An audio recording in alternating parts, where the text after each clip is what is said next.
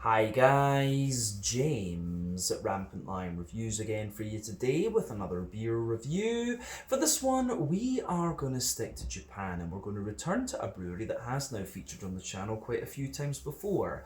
I've had some really nice beers from these guys over the last couple of years, quite a few different styles, but if people were to ask me about this brewery, I would say that they're most definitely best known for their different types of Belgian style beer, and they've released quite a lot of things under this particular style umbrella, if we can call it that.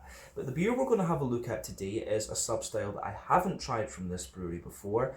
It's one that I haven't had too many of actually either when I think about it when it comes to Japanese breweries, and it is supposed to be very nice. It's also something of a special occasion beer for this brewery as well.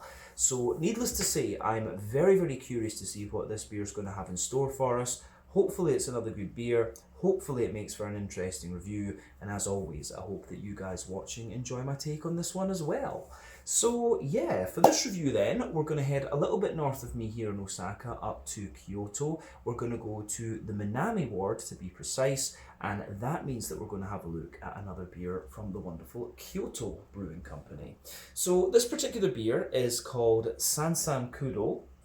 It comes in at 9% ABV. This one is a Belgian strong dark ale, and this is brewed with Sabacho peppers from Okinawa, bourbon oak chips, and it's also Kyoto Brewing's 9th anniversary beer. So I think this one could be pretty damn good.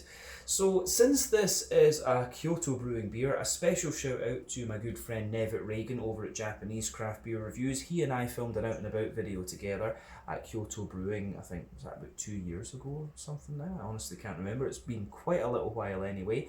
But yeah, that was really fun to film with him. But Nevitt's got some great videos and he covers the Japanese beer scene quite extensively. So I'll put the link to his channel in the video description below, and if you're specifically interested in Japan and Japanese craft beer, make sure that you go and show him some love. And I'm sure Nevitt will feature on the channel again at some point in the fairly near future. But yeah, let's crack on with this one then and see how we go. Always nice to return to Kyoto Brewing Company, especially for one of their more kind of special occasion beers. So yeah, as always with my reviews, I'll tell you a little bit about the brewery before we taste the beer. If you want to get straight to the tasting though, just fast forward. All the usual links can be found in the video description below. That's the brewery website, the link to my other reviews that I've done from Kyoto Brewing Company before, and we will no doubt add more to that list at some point in the fairly near future. But there's all the usual social media down there. If you want to see more reviews, do please consider subscribing to the channel. The support that you give is massively appreciated, and remember you can go into the channel homepage and search for beer using the geography tagging system. So just go in there, use the little search bar, put in your hometown, state, county, province, whatever you like. If I've reviewed beers from the area that you search for, they will pop up. Failing that though, you can check out the playlist of beers from different countries. You'll find this one in the Japanese playlist along with a number of other things. That's being added quite regularly, of course, because I am now based out here in Asia and I come to Japan very often to visit my little boy. And yeah, do make sure you check out the playlist of beers from other countries as well, because there are some very interesting things on the channel these days. This is also yet another beer that I bought from the wonderful liquor shop Asahiya in Taishibashi Amaichi here in Osaka. I'll put the link to their Instagram and Facebook in the video description for you below as well. So go and visit them if you're here in Osaka. Otherwise, check out all the stuff that they've got because it is pretty impressive. But yeah, let's go on to my brewery notes then, and I'll tell you once again about Kyoto Brewing Company. So, Kyoto Brewing Company, as I've told you before, were founded back in 2015, and the three men behind the company at the start were Chris Heng from the US, Paul Speed, who was also from the US, and Ben Falk, who's from Wales. But these guys met in Aomori Prefecture up in the north of Japan, or yeah, that's in the Tohoku region, the north of Honshu, I guess we could say, and these guys were colleagues as English teachers in the JET program. But Chris is the original brewmaster, and he'd homebrewed during his time at university, which apparently replaced snowboarding as his main hobby. But Paul, on the other hand, was studying for an MBA in Japan, and he and Chris brought Ben in on board with their project, who was a long-term friend, and they drew up plans for the brewery and sought investors. But prior to starting the company, Chris studied on a distance brewing course with the American Brewers Guild, and this resulted in an apprenticeship at Lost Abbey Brewery in San Diego, and that's most likely the reason why this brewery has focused on Belgian style beers. But he also spent half a year working at Kogen Beer here in Japan, who are one of the classic Japanese craft breweries in my opinion. And then he also spent some time working at Ushitora Brewery, who at the time were being aided by Luc Lafontaine, who used to work for Dieu de Cille. So he also helped them set up their brewery, along with Kaori Oshita from Mino Beer here in Osaka. So they've had a lot of good assistance in setting up the brewery, and things have gone very, very well for them. So they started off with a 15 US barrel brew kit. That's 1,750 litres in the metric system, which is better. I will always say that when we're talking about American versus European measurements. But they very quickly had to increase their fermentation capacity, and these days they're producing quite a lot actually. But the brewery itself can be found in the Minami ward, just to the southwest of the centre of the city, and the building started off its life as a lumber yard and then later served as a print facility and finally as a pharmaceutical manufacturer before the brewery moved in. They've got a tap room on site that opens on Fridays, Saturdays and Sundays, and over 2023 they apparently produced around 250,000 litres of beer. So in May of 2023, Chris Heng announced that he would leave the company at the end of the year. He basically said that, you know, he was kind of burned out from what I read. And he also felt that he'd moved into a more kind of managing role rather than, you know, kind of focusing on the brewing and stuff like that. It sounded like he kind of missed that, and his idea of what running the company would be like at the start was quite different from the reality of it. So yeah, he decided that he wanted to kind of go and focus on his family life, and then soon after this they recruited James Fox to come in as their head brewer, and he worked for Stone Brewing, Ballast Point, both of which are in California, and also for Cape May Brewing in New Jersey in the US. But as of July 2024, when I'm filming this review for you, these guys have produced 290 different kinds of beer. The Teiban range is their year-round range, while they also have the Nakama series that encompasses their different collaborations and other limited releases as well. But yeah, that is everything I can really tell you about Kyoto Brewing Company for the moment. If you want to learn more about these guys, you can check out the brewery website, you can follow them on Facebook and Instagram to keep up to date with all the latest goings on, and you can check out the Rate Beer, Untappd and Beer Advocate pages to learn a little bit more about all of the different beers that these guys have done. So yeah, let's go on and have a little look at the beer itself. So I'll just let you have a wee look at the artwork on this one before we open up, and you can see that it is kind of similar to what we've seen from Kyoto Brewing in the past. We've always seen these kind of white backgrounds with the sort of shapes at the front.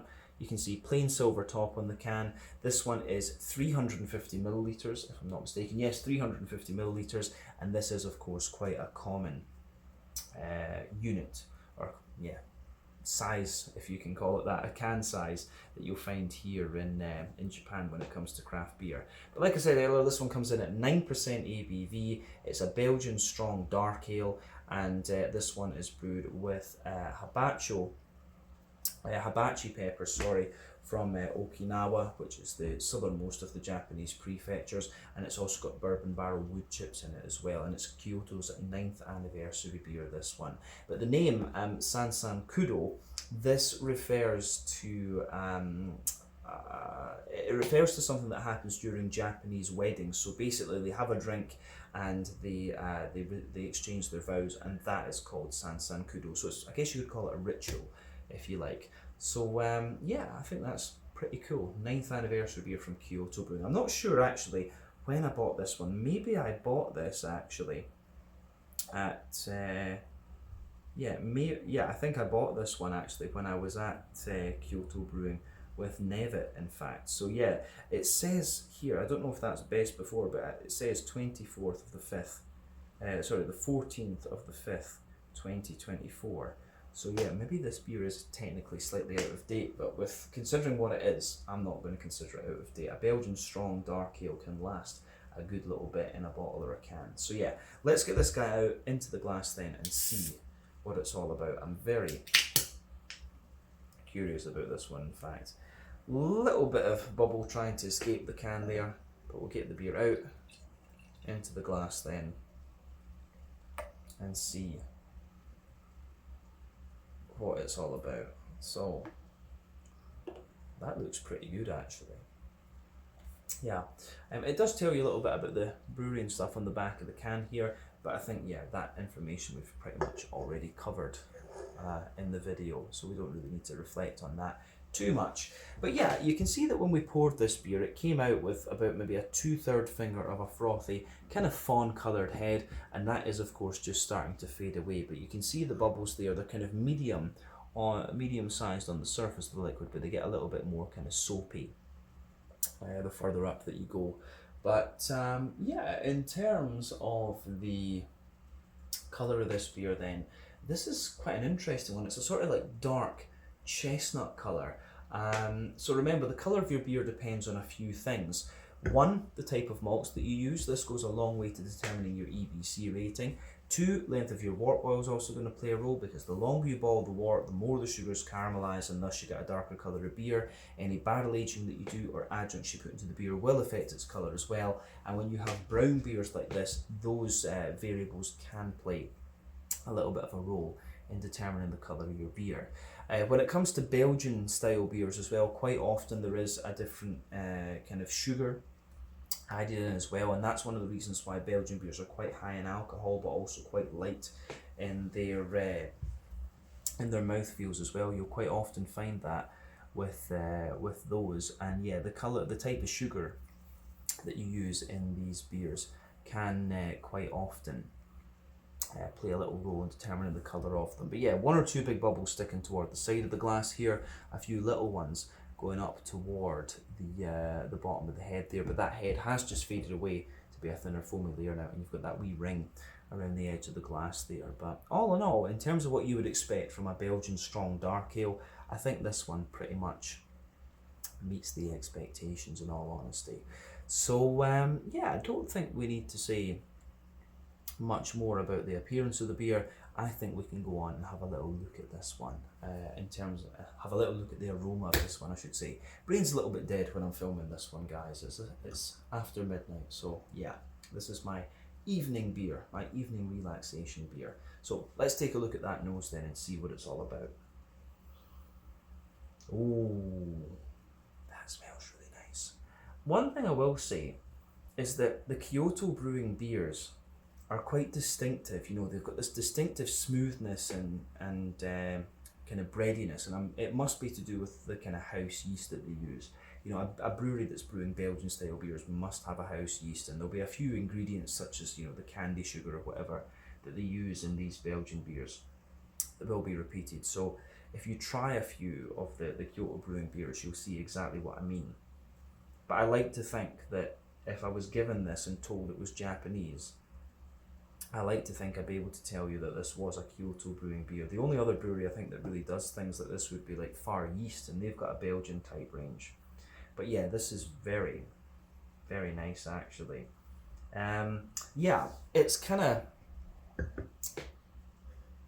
it's reminded me of a few beers like the Castile Donker, actually, is what it reminds me of, in all honesty. You've got everything you would expect from this kind of beer in the aroma. You've got the lovely big brown sugars, you've got the nice bready backbone, the little touch of hoppy character, and also the fruity side of things as well. But yeah, as I say, you've got that Kyoto Brewing distinctive smoothness to it as well. But yeah, let's just break that aroma down then and describe it for you even more in depth. The other thing I would say about this one is that the adjuncts aren't really kind of dominating the aroma of this one either. You can smell a little bit of the pepper, and you can smell that drier woody aspect from the bourbon barrel chips as well. That's one of the differences that you need to think about with these beers too. If you actually age the beer in the barrel, it's going to mellow out and give you a lot of woody smoothness to it, but if you use wood chips, it's going to kind of give you a lot more of a dry woody character. So that's another thing you can learn from just testing lots of beers as I've had over the years. It's just an observation. But yeah, let's break down that aroma and describe it more in depth for you. So the backbone of the beer, you've got that lovely kind of, yeah, the backbone of the beer, you've got that lovely kind of smooth, just brown bready, rye bready backbone to it, but behind that you do get a little bit of this kind of toasty, rye bready bread crust in there, so you can feel that forming the backbone of the beer. You've certainly got a nice little bit of a kind of vanilla oaky, woody sort of note in there as well, and that'll be from the bourbon barrel chips, and you can smell just that little bit of brown sugar on the wood as well, of course. But yeah, rye bready bread crust in the backbone there, the woodiness as I mentioned, a little touch of cracker, and you've got big rye bready notes in this one, kind of sweet wholemeal brown bread in there, almost a little bit of a kind of like caramel sponge cake or something as well.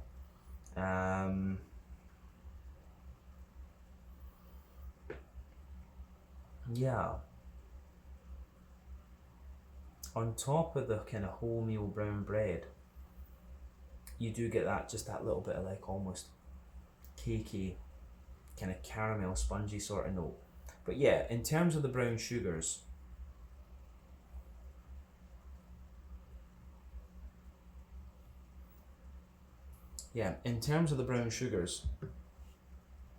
you've got this really nice kind of toasty brown sugary backbone in there. See a little bit of a toasty caramelly note, some straight up sweet caramel in there. There's not too much in the way of a leathery character out of this one either, and usually when you've got leathery brown sugary notes like that, that indicates a slightly longer wort boil. I suspect that quite a bit of the brown sugar in this one is coming from, you know, the sugar additions into the beer, which is quite common with these Belgian style beers. But yeah, for me, the you've got that sweet toasty caramelly note in there, a little bit of there's a little touch of that leathery note, but not too much out of it. A little bit of a kind of treacle molasses sort of thing going on, and then yeah, straight up caramel, maybe a little touch of honey just sitting on top of that as well, and some McVitie's digestive biscuity notes. When you take the aroma in a little bit more deeply, if you just go like this, you can smell a little bit of the hibachi pepper in there. It's very much black peppery, I would say, as well, which is kind of interesting. So yeah, you can really smell that in the beer. And at the back of the nose, you start to get some of the yeasty notes. And the yeasty note for me is actually like a sort of sweet, brown bready character in there. It's almost got a little bit of a Werther's Original honey-like note to it as well. So yeah, that's really interesting in this one, I have to say. So on the hoppy side of things, this beer's kind of doing what you would expect. These Belgian strong dark ales, or you know, the doubles and the quadruples, which are the more kind of brown leaning Belgian Abbey style beers, they're not the most hop forward styles, in honesty. But with this beer, and with those beers as well, you do get that just a little touch of green component in there. So there's a wee bit of like a light, smooth earthiness, a little bit of herbal character, a wee touch of floral note, but mostly I would say it's like a kind of wet, freshly cut grass that comes out of this beer. So yeah, all in all, the way that pieces together, I think is really nice too. So yeah, green component in this one is pretty good. On top of that, you've got the fruity character coming out of the beer. So for me, there's a good little bit of a plummy note in there. There's a bit of a drier prune underneath as well. A little bit of sultana, I would say. Yeah, a little bit of sultana, a little bit of date, you know, figs for sure, and then some kind of black curranty notes as well. Not overly sharp though, but it has got a little bit of that phenolic, medicinal, cough syrupy type note to it. And that's something I've always associated more with like doubles rather than quadruples, to be honest with you. But the Belgian strong darks, they've got a little bit more versatility to them, in honesty. This is like 9%, which is more kind of like triple strength, and triple is of course a blonde beer, whereas quadruples are the stronger ones, and they're, you know, 10, 11%, stuff like that. And the Bruin is of course like, you know, 7-ish or something like that, maybe 8. So yeah, 9, this one's kind of in the middle of your double and quadruple. But with the Belgian strong darks, like I say, you've got a bit more flexibility on exactly what that can be.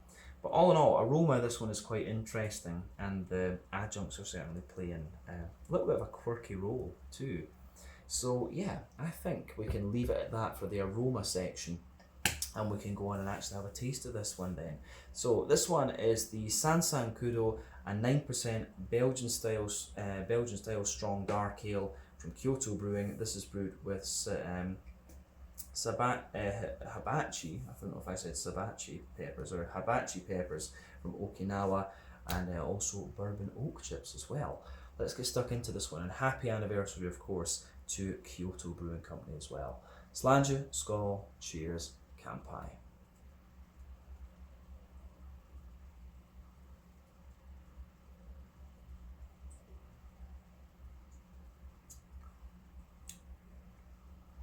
Ooh, that's really pretty damn nice, actually.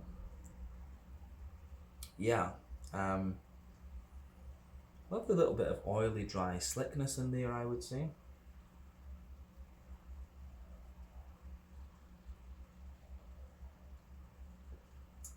Yeah, it's interesting, this one.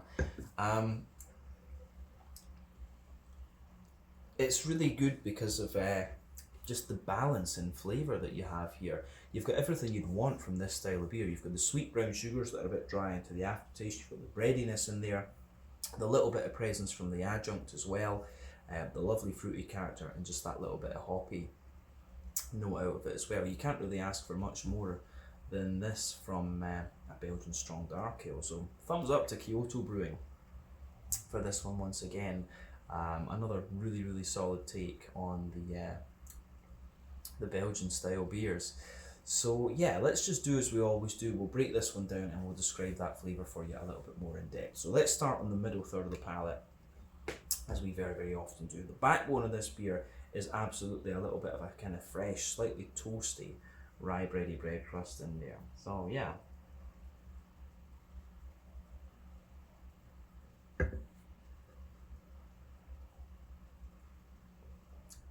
So yeah. The rye bready bread crust in there actually gets sweeter the further into the aftertaste that you go. But the further forward you go on that middle third of your palate, you start to get a little bit of kind of woodiness in there.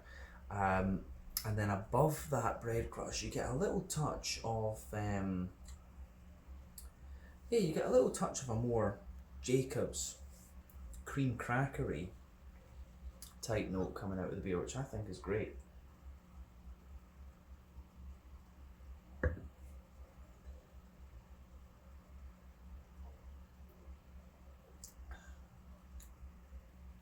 But yeah, the Jacob's cream cracker kind of takes a little bit of a back step in this one. I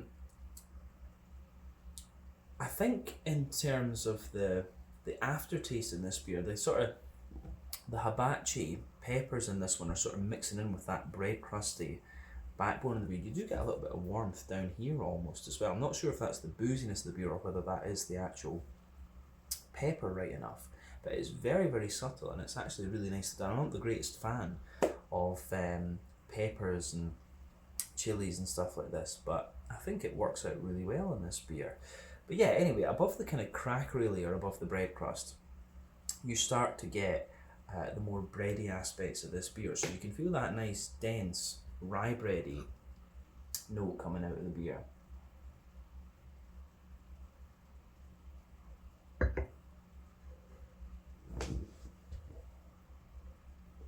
So yeah, nice, dense, kind of rye bready character coming out of this beer. You can feel that there, and it's quite an oily, sweet rye bready character in all honesty. But then above that, you get the more wholemeal brown bready character out of the beer as well, and it's actually quite sweet.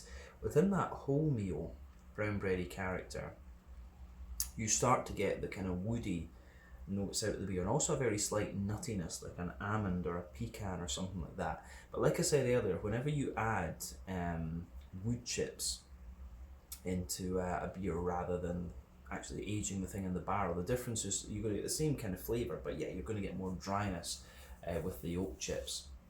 So yeah, you can feel that nice kind of bourbony, American oak, vanilla type flavour embedded into that wholemeal brown bready layer in this beer. And I think that goes together really nicely, in all honesty.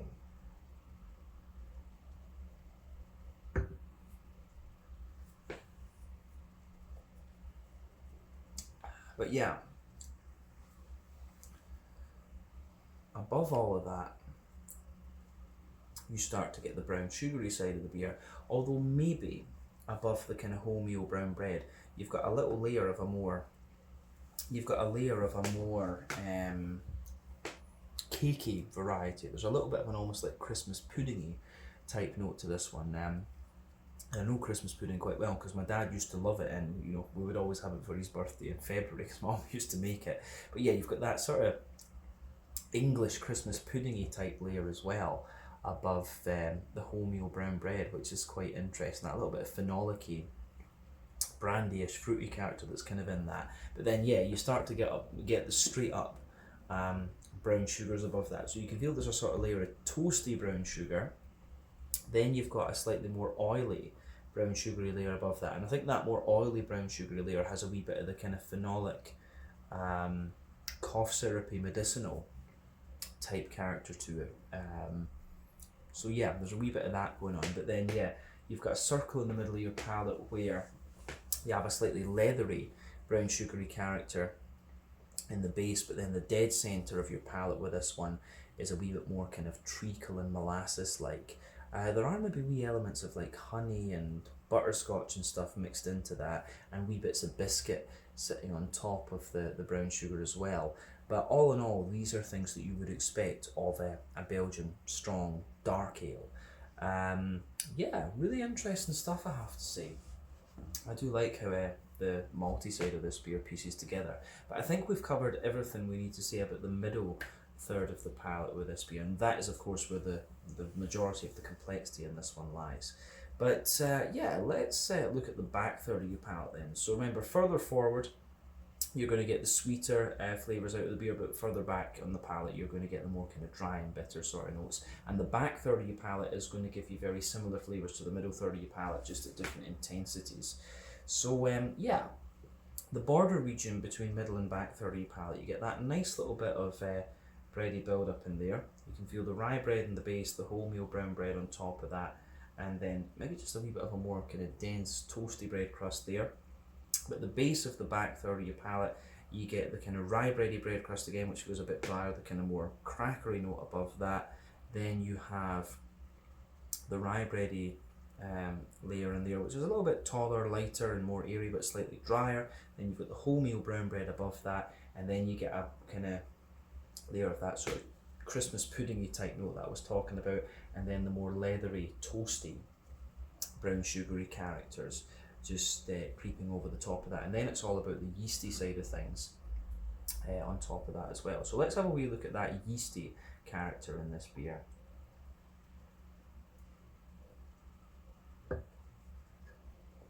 Because that is of course quite important when it comes to Belgian styles, of course. So yeah, the yeasty side of the beer for me, like in the dead centre, you've got a bit of that more phenolic-y, Christmas puddingy sort of thing, and as you come out from that, you've got a more oily rye bread, the wholemeal brown bread, and then a kind of more toasty, bread crusty note there. And it has a wee bit of a more kind of crackery sort of character to it as well, the further into the aftertaste that you go. So yeah, all in all, that's really quite interesting. But definitely, back third of the palate, you can feel the flavour is taller. Then as you move further forward into the middle third of your tongue, it just kind of condenses down and squashes together that little bit more. But yeah, all in all, the malty yeasty side of this beer I think is really, really nicely done. So let's round off the tasting section then with a wee look at the hoppy and the fruity side of the beer. So for me, back corners of the palate, you do have that nice little touch of earthiness, and there's quite a smooth earthiness as well. But as you move further forward, there's a little bit of herbal character, and as you push further forward from that, you get a little bit more of a kind of floral aromaticity, and it's a wee touch more oily as well, actually. So you've got that nice oily floral aromaticity in there. But round the front curve of the tongue, the beer is a little bit lighter and more grassy as well. So yeah, these are all things you'd expect from a Belgian strong dark ale. Quite often they'll use German hops or Belgian hops in these kind of beers, and yeah, I think the smoothness out of this one makes me think maybe it's German Northern Brewer that's been used in here. But yeah, let's move on and have a little look at the front third of your palate then and the fruity side of the beer. So the border region between front third and middle third of your palate, again, you get a little bit of that bready build up in there. You can feel the rye bread in the base, the wholemeal brown bread, and a wee touch of the Christmas pudding. You know, the base of the front third of your palate, yeah, you're getting the rye bready bread crust, the cracker, the rye bread, the wholemeal brown bread, and then yeah, maybe just a little touch of that Christmas puddingy cake there. You really do get quite a little bit of that phenolic-y Christmas cake sort of flavour out of this one. But then yeah, above all of that, you get that nice oily bubble where the juicy fruity esters just roll their way out of the beer. So let's have a little look at those fruity esters to round off the tasting then.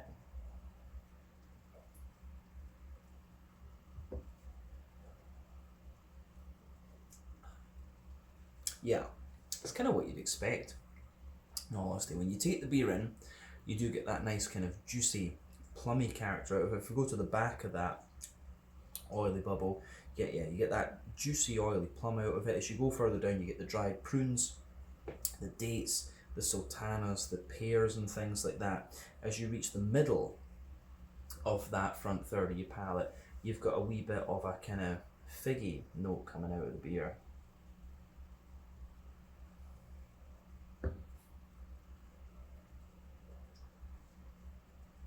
Yeah. Lovely, yeah, lovely sort of datey, figgy note. Those are the two kind of most prominent fruits for me. And then as you move into the front half of that front third of your palate, you've got a wee bit of, you've got that little bit of like black curranty type character coming out of this one. Yeah, maybe a bit of oily pear as well on that front half of the front third of your palate, but the fruity side of this one's absolutely lovely. And in honesty, like I say, with the Belgian strong dark ales, you've got a bit of a bigger spectrum to work with in comparison with the Belgian doubles, the bruins as well, which are below the doubles, and then the quadruples. So you can do quite a bit with these, and I think Kyoto Brewing have pulled this off really, really nicely. So yeah, I like this one. It's a big thumbs up from me. I certainly wouldn't hesitate to drink this again, but I don't think we're going to see this beer for a good little while at least, if ever. So yeah, really nice beer, this one. The hibachi peppers in this just give you that little bit of bite in the chest cavity and in the throat and things like that, but very, very subtle addition, and I think it works very, very well. Let's just round off this review then with a look at the mouthfeel. So for me, this beer, I'd say top end of mid-bodied. Carbonation does have a wee touch of crispness to it, but overall I'd say the beer is more oily and smooth in all honesty. It's a big oily, smooth, sweet thing, to be honest with you.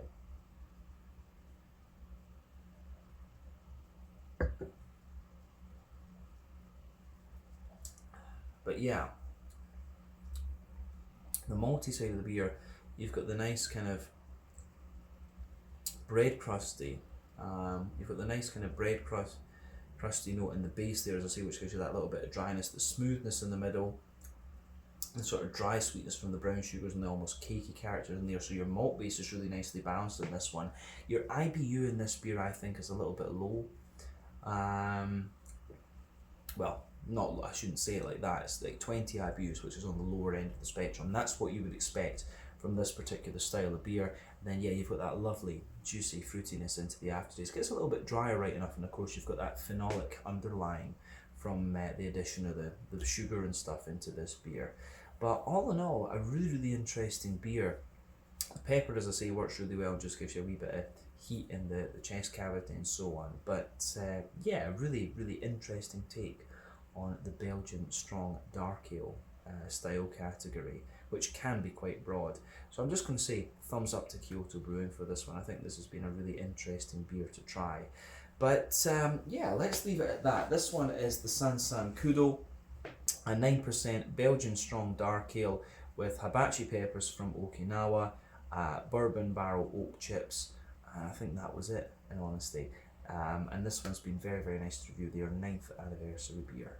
So once again, thank you for watching my beer reviews. Until the next time, please like, subscribe, share, all the usual YouTube stuff. Check out my social media, check out Kyoto Brewing social media, and try some of the beers because they are very, very good. But until the next time, sláinte, skål, cheers, and I'll catch you guys very, very soon. Ciao just now.